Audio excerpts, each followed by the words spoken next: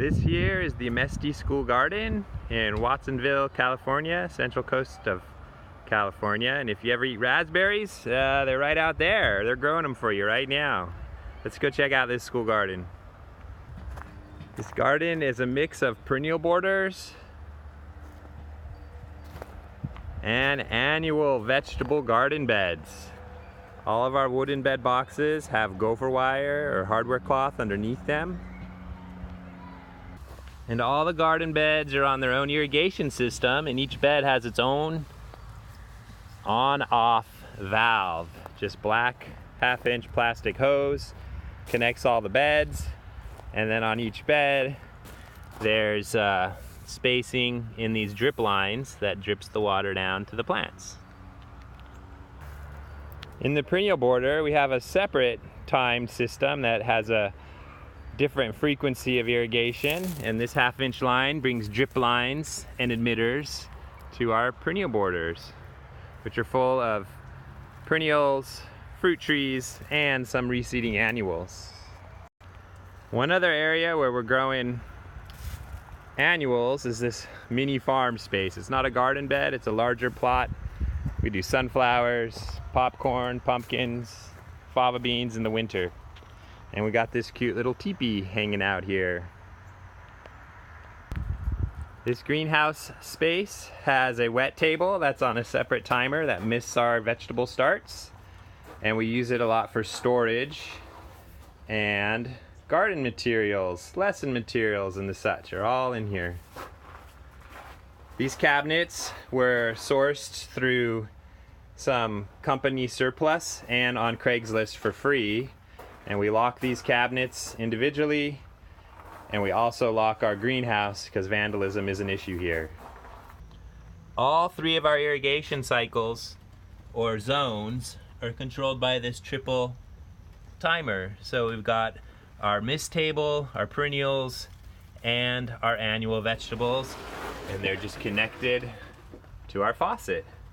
It's a battery-powered timer that works quite well. Our main teaching area are these painted benches. The color coding helps for group management. We can tell kids to go to different colored areas.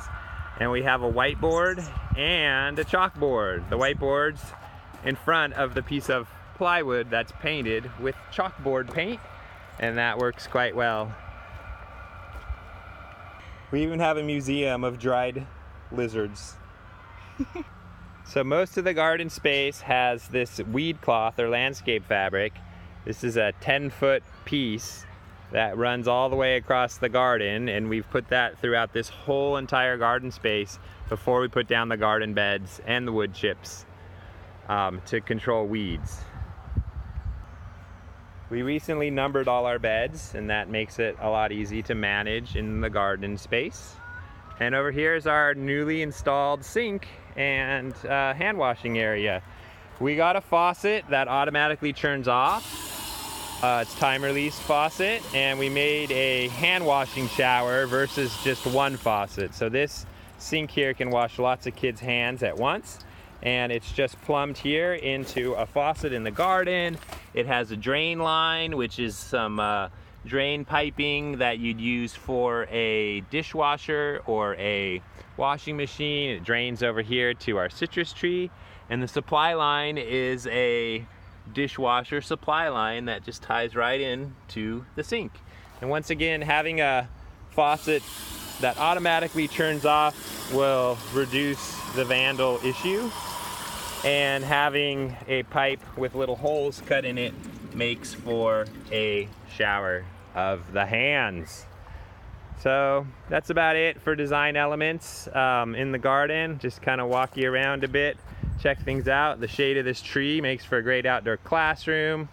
This little table and blackboard and whiteboard holders stay out in the garden.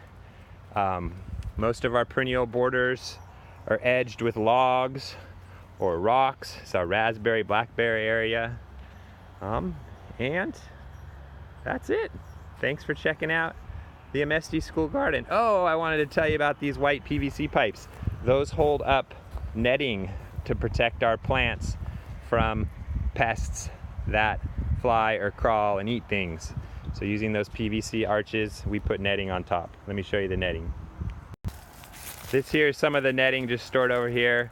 It's not bird netting product, it's more of a fencing, utility fence. It holds up better than the bird netting.